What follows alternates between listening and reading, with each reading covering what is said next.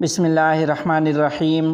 محترم ناظرین، السلام علیکم ورحمۃ اللہ وبرکاتہ۔ تحفظ ختم نبوت ریلی۔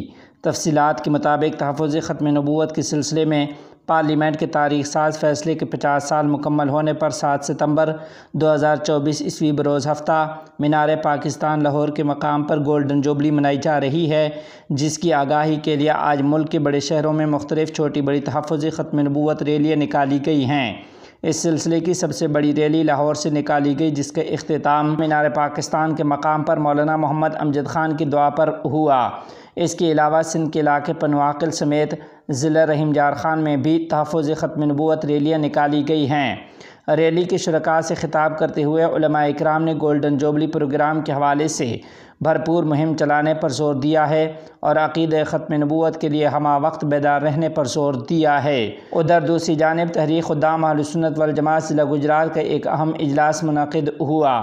اجلاس میں یہ طے کیا گیا ہے کہ 7 ستمبر تحفظ ختم نبوت میں شرکت کے لیے لاہور جانے والے قافلوں کا گجرات کی دھرتی پر عظیم الشان استقبال کیا جائے گا۔